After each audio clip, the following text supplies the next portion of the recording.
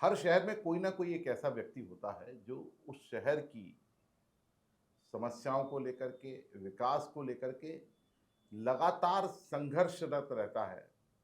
मामला चाहे जल का हो, मामला चाहे आबो हवा का हो, मामला चाहे ट्रैफिक जाम का हो, मामला चाहे गिरते भूजल स्तर का हो। हर शहर में कोई ना कोई एक ऐसा व्यक्ति शहर को बचाने के हित में खड़ा होता है और साथ ही उस शहर के विकास में आने वाली बाधाओं को दूर करने के लिए भी कृत संकल्पित रहता है। ऐसे ही एक शख्स आज हमारे साथ मौजूद हैं और उनका नाम है किशोर कोटवानी।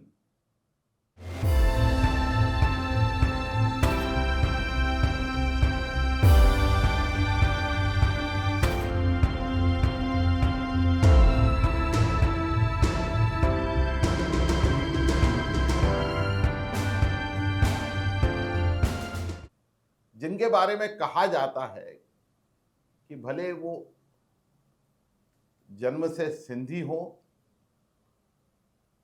खान पान में वो अपना जैनियों जैसा व्यवहार रखते हैं, लेकिन शहर हित की लड़ाई में ठाकुरों की तरह, क्षत्रियों की तरह मैदान पकड़ लेते हैं। 73 साल की इस उम्र में भी लगातार लड़ना, अफसरों से उस अंदाज में बात करना कि अफसर भी अचंभित हो जाते हैं। और कोर्ट कोर्ट के जज तो कई बार उनको उनकी भाषा शैली पर टोक चुके हैं।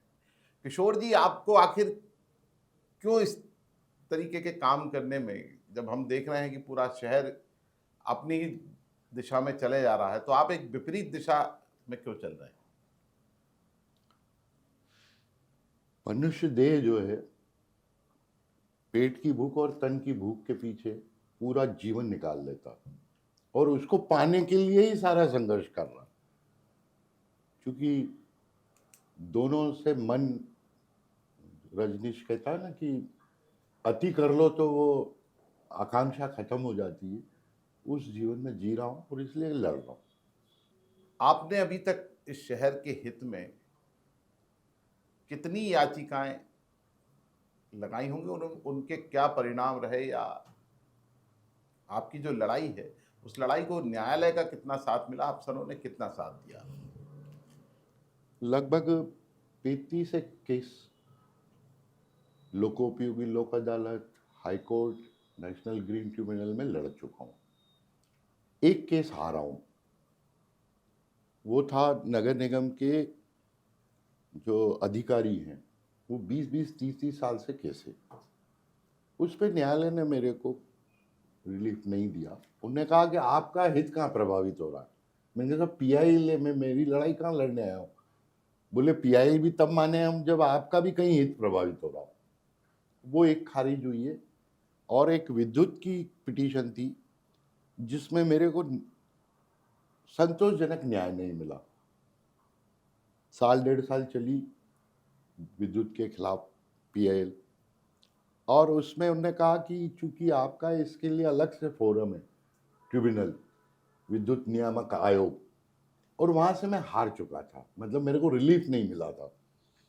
मैंने इनसे कहा, इनने कहा, विद्युत मंडल के अधिकारियों ने एक्ट बताया कि ये ट्रिब्यूनल के ऊपर भी हमारी एक अथॉरिटी है, वहाँ आप अपील करो। मैंने कहा साहब ये पीआईएल है, 25,000 इनने फीस ली है, भीख मांग के तो मैंने 25,000 भरे। आप केवल एक लाइन तो लिख दो कि ये मेरे को फ्री इंटरटेन किया जाए, क्योंकि उसकी अपील 1 लाख रुपया फीस थी। और वो मेरी केवल एक सीढ़ी है जहाँ अंतिम छोर तक न्याय नहीं ले पाया। और रहा सवाल जो आपने अधिकारियों को कहा, मुझे अभी भी फक्र है इस धरती की माटी के तासीर पर। हम सब 99 में 100 में 99 बेईमान है, लेकिन जमीर नहीं बिका, ये मेरे को अच्छा लगता है। मेरे पास जितना आपके वो रिकॉर्ड मिलेगा घर में, ये आपके स्टूडियो का कमरा छोटा है, इससे इतना रिकॉर्ड है। और मेरी आरटीआई आप देख लोगे तो हंस दोगे, 10-15 से ज़्यादा मेरी आरटीआई नहीं है, लेकिन रिकॉर्ड इतना इकट्ठा है। यही प्रशासनिक तंत्र भी मुझे वक्त बे वक्त कागज देता है, किशोर भाई इसको इस ढंग से लड़ना। शहर का अंधाधुंध विकास हो रहा है, आबो हवा बिगड़ी हुई है, भूजल गिरता जा रहा है, आपने एक याचिका में दर्जी का मर्जी का प्रशासन, दर्जी का प्रशासन, आपने दर्जी प्रशासन करके बात कही है। आखिर ये स्थिति क्यों आप आन पड़ी, जब आप कह रहे हैं कि अधिकारियों का ज़मीर अभी भी नहीं मरा है और वो अभी भी हमें सपोर्ट करते हैं? ये देते हैं, रिकॉर्ड दिया है मुझे, कई ऐसे दस्तावेज भी दिए हैं जिसकी कल्पना नहीं कर सकते आप कि आपके पास कहां से आया कोडवानी जी। मैं क्या बोलूं, बेईमान है सब। परिस्थिति जन्य सामाजिक ढांचे के कारण, सामाजिक व्यवस्था के कारण, या सामाजिक संस्कार जो हमने डेवलप कर दिए, वो नीचता की पराकाष्ठा पे लाके खड़ा कर दिए। लेकिन मन में किसी को अच्छा नहीं लग रहा है, इसलिए मुझे वो कागज मिलते हैं, सहयोग मिलता है, अकल भी देते हैं कई लोग।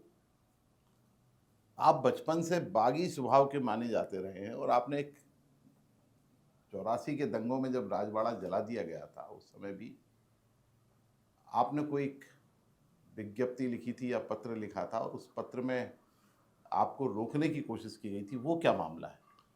जब राजवाड़ा जला और ये घोषणा हुई कि इसका पुनर्निर्माण होगा, तो मैंने पत्र लिखा था और प्रेस रिलीज किया था कि क्या जरूरत है ये राजवाड़ा पुनर्निर्माण की। ये हमारे राजा रजवाड़ों ने हमारा खून चूस के बनाया है, किसी न किसी कर के माध्यम से बना ना। आज यदि मुख्यमंत्री का कोई बड़ा बंगला बन जाए, महापौर का बड़ा बंगला बन जाए, हम चिल्लाते, तो ये क्या बताना चाह रहे हैं हम? कैसे महल बने मेरे देश में? इंदौर, जिसकी हिस्ट्री 400 साल नहीं है नगर निगम की, होलकर राजघराने की, नगर निगम को तो 142 साल हुए। उसमें इतने बड़े बड़े महल है, शिवविलास पैलेस, राजवाड़ा, लालबाग, माणिक बाग पैलेस, और उनके जो मंत्री संतरी, उनके बंगले। आज उनके जो बंगले हैं हवेली सरी के, ऐसा एक मेरे को जोगपति इंदौर का, जो उनसे अग्रवाल जो फैमिली है, सबसे बड़ा मध्य प्रदेश का फाइनेंशियल ग्रुप माना जाता है, उसका बंगला आपको ऐसा नहीं मिलेगा। तो ये, वो तो कर कमा कर चुका कर बनाए, ये तो कर वसूल करके ये हवेलियां बनी है, इसलिए मैंने विरोध किया था। और हालांकि उस पर मेरे को सब दूर से मतलब डांट ही पड़ी कि इतनी बगावती बात नहीं होती है।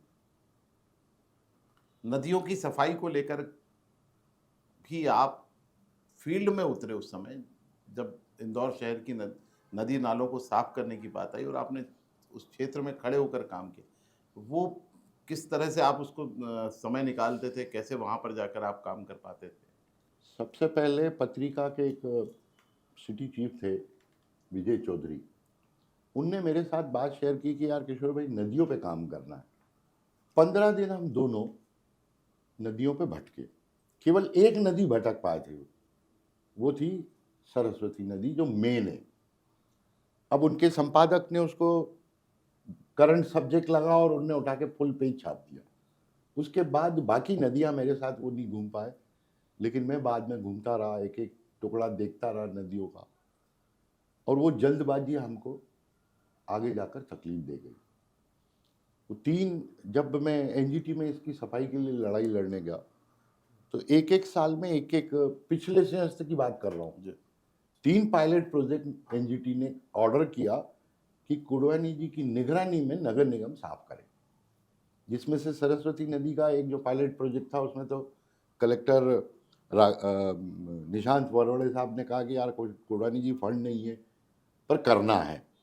तो उनने 2 लोगों से 14-14 दिन की 3 पोकलेन ली थी।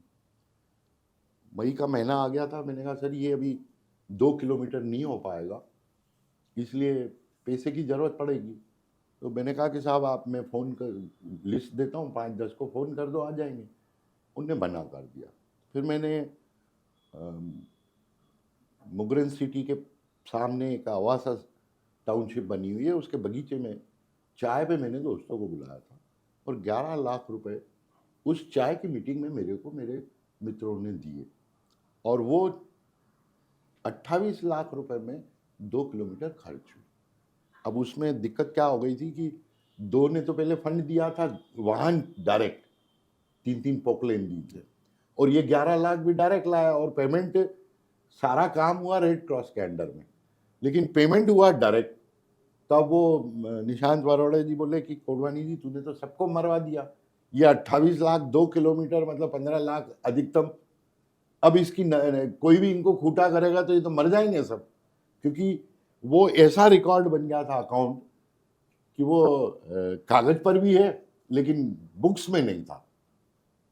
और वो तीनों पायलट प्रोजेक्ट मुझे एक एक साल की गैप से करने का मौका मिला, 100 दिन काम किया, और एक भी पायलट प्रोजेक्ट में मेरे को निगम का एक अधिकारी नहीं मिला।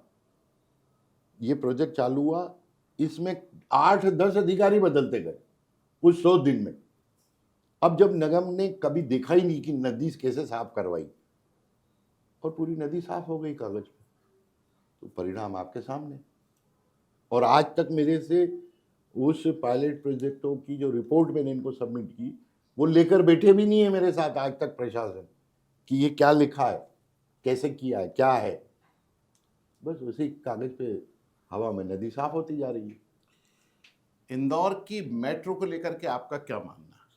नहीं, मेट्रो के बारे में मेरा कुछ कहना नहीं है। मेरा कहना सिर्फ इतना है, फेज 2 जो बन रहा है, जो आपका एमजी रोड पे अंडरग्राउंड डलेगा, मेरी पीठ के पीछे जो भानगढ़ है वो करीबन 550 फीट है। इधर मेरे आंखों के सामने देवगुराड़िया है, वो 660 मीटर है। इसका मतलब 100 मीटर का ढलान है मेरा शहर।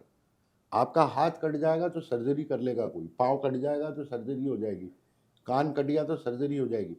नाभि से यदि मैंने आपको 2 टुकड़े कर दिए तो दुनिया का कोई भी डॉक्टर आपकी सर्जरी नहीं कर सकता। ये मेरी नाभि का रोड है, क्रॉस रोड है, पश्चिम से पूर्व की तरफ जो रोड है, एमजी रोड एग्जैक्ट सेंटर है। इसके अंदर जब आप टनल डालोगे और अंदर पत्थर की जगह को काटोगे, तो इसके अंदर जो नसें हैं पानी की, जो आपका विष्णुपुरी, इंद्रपुरी और राजवाड़े के उधर वाला क्षेत्र है, कलेक्ट्रेट साइड का, उधर आपके ट्यूबवेल में पानी बढ़ जाएगा। और इधर वाला हिस्सा जो है राजवाड़े और ये एमजी रोड के इधर का हिस्सा, ये पूरा विधानसभा क्षेत्र क्रमांक 1, 2, 5, ये पानी ट्यूबवेल का खत्म हो जाएगा। ये इसलिए मैं लड़ रहा हूँ। और उसकी 3 बुनियादी चीजें, एक तो इसका प्रस्ताव ठहराव हुआ ही नहीं है। जब प्रस्ताव ठहराव नहीं तो बन कैसे रहा है, किसकी मर्जी से बन रहा है, सब ज़बानी जमा खर्च। दूसरा, उसमें हेरिटेज 32 आ रहे हैं इस रोड पे। हेरिटेज एक्ट का नियम है कि कोई भी हेरिटेज बिल्डिंग यदि है या स्थान है तो 100 मीटर की परिधि में आप 1 फीट मट्टी नहीं खोद सकते, मतलब बागवानी कर सकते हो, खेती कर सकते हो, झाड़ वाड़ भी नहीं बो सकते हो। और 300 मीटर की परिधि में आप कोई खनन, निर्माण, कोई एक्टिविटी नहीं कर सकते। और इसमें 32-33 जो हेरिटेज आ रहे हैं और ये टनल खोद रहे हैं। तीसरा जो है, एनवायरमेंट इम्पैक्ट कमेटी की रिपोर्ट लगती है इसमें, जो कि मैंने हाई कोर्ट जिला कोर्ट की बिल्डिंग में भी रुकवाया था जब काम, तो उस इन्वायरमेंट इम्पैक्ट कमेटी की रिपोर्ट के बेस पर वो बिल्डिंग बनी है। इसकी उसकी भी परमिशन नहीं ली और पीएस ने स्वीकार कर लिया। 6 तारीख को पीएस के साथ बैठक हुई है कोर्ट के आदेश पर, उन्हें स्वीकार किया कि ये तो अभी हम पॉइल खोद रहे हैं, सॉइल टेस्टिंग होगी, उसके बाद ये 2 काम होंगे। और आप बता दो, आप आंखें आपकी खुली हैं, आप खुद वीडियो रिकॉर्डिंग कर लो जाके कि पॉइल टेस्टिंग हो रही है या निर्माण कार्य हो रहा है। इंदौर शहर की जीवन रेखा मानी जाती रही एबी रोड को लेकर के भी आपका एक मत है कि इस रोड को लेकर के, मालिकाना हक को लेकर के कंफ्यूजन है। नगर निगम के अंडर में आती है, पीडब्ल्यूडी वहाँ पे काम कर रही है। जब बीआरटीएस की लड़ाई चली थी तब उसमें जब डॉक्यूमेंट आए सामने और मास्टर प्लान को खंगाला, सर गिडीज का मास्टर प्लान हो, चाहे 2008 का मास्टर प्लान हो, चाहे 2021 का मास्टर प्लान हो, तीनों में एबी रोड 60 मीटर चौड़ा लिखा। नेशनल हाईवे एक्ट में भी लिखा हुआ कि 60 मीटर रोड की चौड़ाई में कोई भी निर्माण कार्य नहीं हो सकता। मुझे आप बता दो कि LIG चौराहे से लेके 9 लखा तक ये 30 मीटर हो कैसे गया और निर्माण हो कैसे गया? सब अंधे, सब आंखें बंद करके बैठे। शहर के रोड चौड़ीकरण में आप मकान तोड़ रहे हो और ये रोड में मकान बनवा रहे हो। और अभी बीआरटीएस के तोड़ने के आदेश के बाद भी 1.25 साल लग गया इनको हटाने में, और एक नया अजूबा वो फ्लाईओवर बन रही है, तो आपने फिर पत्थर लगा दिए, तो क्या मतलब निकला उसका? ये मर्जी का दर्जी मेरा जो कहना है, इसी आधार पर कह रहा हूं। एक और उदाहरण दे देता हूं आपको। बड़ा गणपति से गंगवाल बस स्टैंड जो रोड है, उसके पश्चिम क्षेत्र से पूर्वी क्षेत्र की तरफ 2 पैरेलल रोड है। इंदौर की लाइफ लाइन है, जवाहर मार्ग और महात्मा गांधी मार्ग, दोनों को वन वे एक साइड कर दिया। यानी किसी बच्चे से भी पूछ लो, वो बच्चा जो छोटा सा खिलौना कार लेके चलाता है, तो वो भी समझता है कि एक दिशा में कार कैसे चलाओ, खिलौने खेलने में भी। इनने दोनों रोड जो है पश्चिम से पूर्व की तरफ वन वे कर दिए, तो पूर्व से पश्चिम की तरफ आप जाओगे कैसे? और बता रहे साहब शहर जाम है, ड्रोन से देख रहे हैं, फलाना कर रहे हैं। एक एमजी रोड का कम से कम 40 मीटिंगों में मैं बोल चुका हूं कि लाइट स्क्रोनिंग कर ले। आप यदि वहां से चले, पेट्रोल पंप जो है पटवा वाला, उस सिग्नल से लेके कृष्णपुरा तक, मैंने कहा इसको गाड़ी चला लो के देखो, या मोबाइल से। उस वक्त अब ड्रोन बहुत आ गया है, पहले मोबाइल से मैंने इनको कहा कि आप देखो यहाँ से छूटने के बाद यहाँ तक पहुंचने में आदमी कितनी देर लग रही है, उतनी देर में इसको फिर ग्रीन कर दो। आप सिर्फ एक प्रयोग करके देख लो, एक एमजी रोड पे ये लाइट सिग्नल जो है इसकी स्क्रोनिंग कर दो, आपको जाम खत्म हो जाएगा, वहां से निकलोगे सीधा बाहर हो जाओगे। अब इसके लिए कौन सी टेक्नोलॉजी और अकल चाहिए? सब छोड़ दो। आज भी मैं आपसे कह रहा हूं, श्री माया के बाहर जाकर खड़े हो जाना, वो आपका ग्रीन होगा। आप सामने भाटिया पेट्रोल पंप है, 200 मीटर भी गैप नहीं है, वहां आपको फिर रेड मिलेगा। क्या करना है? आंखें देख रही है, इसको ग्रीन किया, 5-7 सेकंड के बाद उसको ग्रीन कर दो, इधर से जो आप आ रहे हो सीधा बाहर निकल जाओगे। अब इतनी छोटी छोटी चीजें भी यदि प्रशासन को सिखाना पड़े, जिसमें बहुत सारे डिग्रीधारी आईएएस आईपीएस नाम कहला रहे, तो भगवान ही मालिक है। फिर जिला योजना समिति को लेकर के भी एक आपने याचिका लगाई थी, वो मामला क्या था?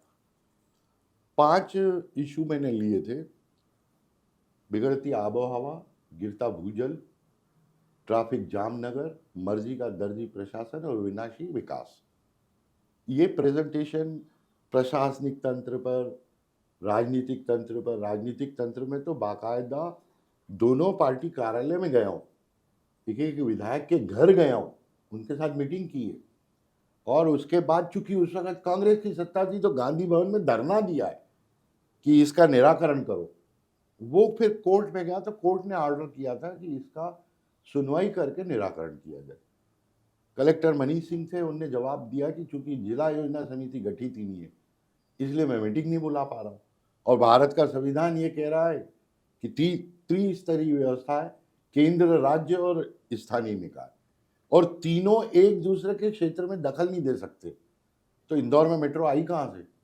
किसका प्रस्ताव? नगर निगम का, आईडीए का, जिला योजना समिति का? अरे आईडीए भी प्रस्ताव पास करेगी या नगर निगम करेगी या जनपद पंचायत करेगी, तो जिला योजना समिति उसको जब स्वीकृति देगा तब आती है। मर्जी से मेट्रो आ गई। लेकिन इस मामले में केंद्र सरकार और राज्य सरकार ने मंजूरी दी है, फाइनेंस की परमिशन दी है, इसके बाद भी आप ये कह रहे हैं कि किसने परमिशन दी? आपको झूठी जानकारी है। पायलट प्रोजेक्ट बनाया, डीपीआर बनी, डीपीआर का मतलब अनुमति नहीं रहता। और फाइनेंशियल का जहां तक सवाल है, तो भारत सरकार ने फाइनेंस किया, चाइना ने किया है, उसको क्या लेना देना तुम्हारे हिंदुस्तान के कागजों से? एमओयू साइन हो गया का उसकी जो नीति नियम कानून का पालन करना अलग पार्ट है, स्वीकृति देना अलग बात है। और आज की तारीख में मेरे को आप एक कागज लाके दिखा दो कि राज्य सरकार के राज्यपाल ने इसको स्वीकृति दे दी गजट में, केंद्र सरकार के राष्ट्रपति ने या विभाग ने अनुमति दी। सफेद झूठ बोलते हैं। मेट्रो ने जवाब दिया कि हमारे प्रोजेक्ट में केंद्र के कोई भी स्टे नहीं हो सकता। अब वो जब उसकी डिटेल पढ़ी मैंने, तो उसमें लिखा हुआ कि अधिग्रहण के मामले में मेट्रो पार्टी नहीं है, ये राज्य सरकार को खाली करवा के देना है, तो कहां से परमिशन हो गई भाई साहब? आपका हेरिटेज एक्ट में ने लिख के दिया एक पुरातत्व विभाग का जवाब, जब डीपीआर बनती है या प्रोजेक्ट बनता है तो अभी मत लिया जाता अलग अलग विभागों से, ये काम हम हाथ में ले रहे हैं, क्या करना है आप बताओ। तो हेरिटेज एक्ट में विभाग ने उनको लिख के दिया, इन इन नियमों का यदि पालन करते तो हमें आपत्ति नहीं है। अरे भाई तुमने उनको बताया कहाँ कि कहां से कहां जा रही मेट्रो, और कहां राष्ट्रपति ने गजट नोटिफिकेशन किया है? 7 साल और 2 लाख रुपए का जुर्माना है उसमें। जिस दिन डल जाएगी उस दिन इनको जेल हो जाएगी अधिकारियों को। और ये पहले तो ये इस बात पे अड़ गए कि कोडवानी जी रेलवे पढ़ाए लिखे नहीं है। मैंने कहा हाँ साहब, मैं अनपढ़ गंवार हूँ, हायर सेकेंडरी फेल हूँ, पर इनमें से एक अधिकारी बता दो जो मेट्रो और रेल का रिटायर हो या वर्तमान अधिकारी हो। मेरा इनसे सामान्य ज्ञान अच्छा है, इनके पास डिग्री भले अच्छी हो सकती है। तो ये ऐसे गोलमाल किया जाता है, कागजों को घुमाना हिंदुस्तान के प्रशासनिक तंत्र से सीखा जा सकता है। इंदौर शहर को लेकर के आपने लगातार लंबे समय तक लड़ाई लड़ी और अभी भी लड़ रहे हैं। जो हालात आज इंदौर के हैं, जो दुर्दशा इंदौर की हो रही है, उसके लिए जवाबदार कौन है? राजनेता हैं या प्रशासनिक अधिकारी? आपने तो ये कह दिया कि बच्चा बिगड़ गया है तो माँ जिम्मेदार है या बाप जिम्मेदार है या दादा दादी जिम्मेदार है या स्कूल। ये बेमानी जवाब है। सामाजिक ढांचा हमारा खत्म हो चुका है। मूल्य जो है, मैंने पहला शब्द कहाँ से शुरू किया था? पेट की भूख और तन की भूख में आदमी जीवन निकाल देता है। वो भूख इतनी भारी हो गई है कि बाकी सारे मूल्य खत्म हो गए। घर नहीं बचा है आज, परिवार की इकाई नहीं बची है। चारित्रिक पतन हमारा इतना हो चुका है और अंधे हो गए हैं। कितनी बड़ी गाड़ियां हैं, कितना बड़ा बंगला है, कितना बैंक बैलेंस है, कितनी दारू पार्टी करता हूँ, कितना ऐश इशरत करता हूँ, इस पर हमारा मूल्य बन गया है। परिणाम भोगना पड़ेंगे। विधि का न्याय जो है, हिंदुस्तान के संविधान का एक शब्द है पूरा, प्राकृतिक न्याय सिद्धांत। फैक्ट्स पर जब कोर्ट डिसाइड करती तो लिखती है प्राकृतिक न्याय सिद्धांत आधारित। और प्राकृतिक न्याय है जब ऊपर वाला जूते मारता है तो ना आप रो पाते हो, ना अपील कर पाते हो, ना किसी को कुछ कह पाते हो, आपको भोगना है। तो यह प्रकृति का न्याय होना बाकी है। और मैं तो पिछले 15 साल से चिल्ला रहा हूँ, इंदौर 2025 में हवा और पानी के अभाव में खाली होगा। ठीक है, अब भूजल डार्क जोन में चला गया, इंदौर की हवा भी दिल्ली सरी की खराब हो चुकी है। हो सकता है मैं 25 की गणना में 27, 28, 30 के आसपास ये शहर खाली होगा। मेट्रो डल गई तो उसके पहले खत्म हो जाएगा शहर। पानी नहीं रहेगा तो क्या करोगे? भागना पड़ेगा इंदौर छोड़ के, धार झाबुआ अलीराजपुर झोबड़ जाके रहोगे। ये थे तल्ख तेवरों वाले किशोर कोडवानी। अगर ऐसे ही तल्ख तेवर आप भी अपनाए रहें तो हो सकता है कि शहर में जो अनियंत्रित विकास हो रहे हैं या शहर जो समस्याओं से पीड़ित है, उन समस्याओं को दूर करने में आप भी मददगार सिद्ध हो सकें। अगर आप ऐसे ही तेवरों के साथ हमारे साथ आना चाहते हैं तो आपका स्वागत है। शहर हित में, प्रदेश हित में, देश हित में आप खबर नेशन देखते रहिए। खबर नेशन यूट्यूब चैनल को सब्सक्राइब कीजिए, लाइक कीजिए और शेयर कीजिए। आपका कमेंट हमारा हौसला बढ़ाता है और हमारी गलतियों को बताकर हमें सचेत भी करता है। धन्यवाद।